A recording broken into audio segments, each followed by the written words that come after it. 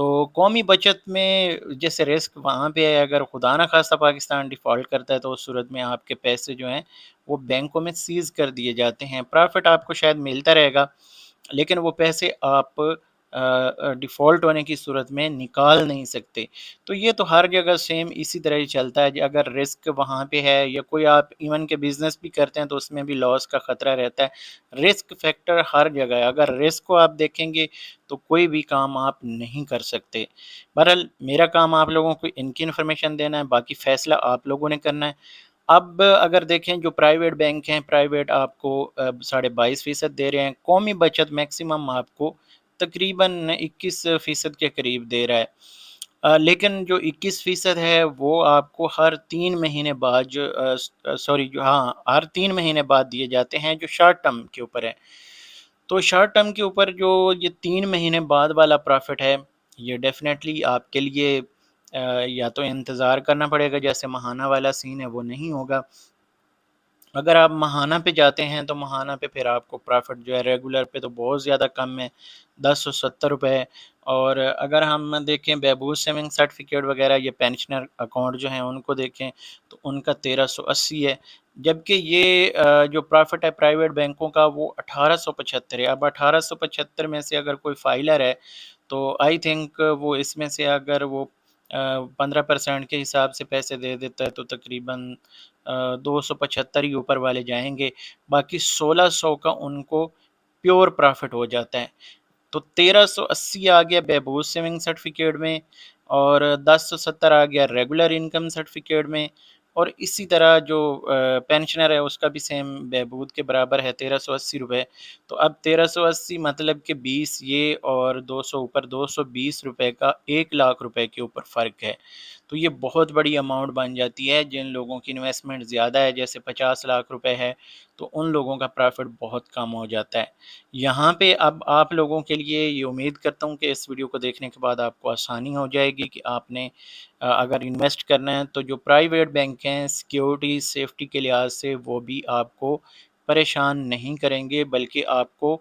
اچھی سہولیات دیتے ہیں۔ جو قومی بچت میں اس وقت لوگ بیٹھے ہیں سرکاری تنخواہیں لے رہے ہیں، ان کو کوئی ٹینشن نہیں آپ انویسٹ کریں نہ کریں، آپ کو انہوں نے کوئی فیسیلیٹیٹ نہیں کرنا۔ کافی آپ لوگوں کے کمنٹس آتے ہیں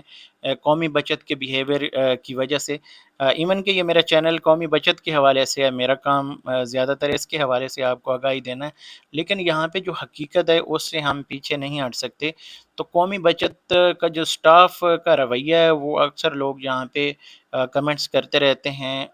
تو ان کو اگر دیکھیں تو اگر جو پرائیویٹ بینک ہیں وہ آپ کو اچھی طرح فیسیلیٹیٹ کرتے ہیں، آپ پرائیویٹ بینکوں میں جائیں گے، آپ کا کام جو ہے آسانی سے ہو جاتا ہے قدرے جو یہ قومی بچت ہے۔ تو اس لیے اگر آپ نے انویسٹ کرنا ہے تو پرائیویٹ بینکوں کی ٹینشن نہیں، قومی بچت جو ہے وہ تو ڈیفینیٹلی سیکیور ہے، لیکن وہاں پہ اب بزرگ لوگوں کے ساتھ جو رویہ رکھا جاتا ہے سٹاف کا تو اس وجہ سے کافی سارے لوگ پریشان ہیں۔ پھر جو لوگ زیادہ اس میں پڑھے لکھے نہیں جاتے تو ان لوگوں کے ساتھ یہ بھی کمپلینٹس آئی ہیں کہ ان کو پرافٹ بھی یہ پورا نہیں دیتے۔ تو فار ایگزامپل جیسے ابھی بہبود سیونگ کا پرافٹ بڑھا ہے تو ان لوگوں کو وہ پرانا ہی چلاتے رہتے ہیں، ان لوگوں کے پاس لیٹسٹ انفارمیشن نہیں ہوتی یا اپڈیٹس نہیں ہوتی، کسی فیس بک یا یوٹیوب کو وہ نہیں جانتے تو ان لوگوں کے ساتھ یہ چلائے رکھتے ہیں۔ تو یہ چیزیں جو ہیں یہ بھی دیکھنے میں آئی ہیں۔ تو بہرحال کچھ لوگ ہوتے ہیں، چند لوگ، سارے لوگ ایسے نہیں ہوتے،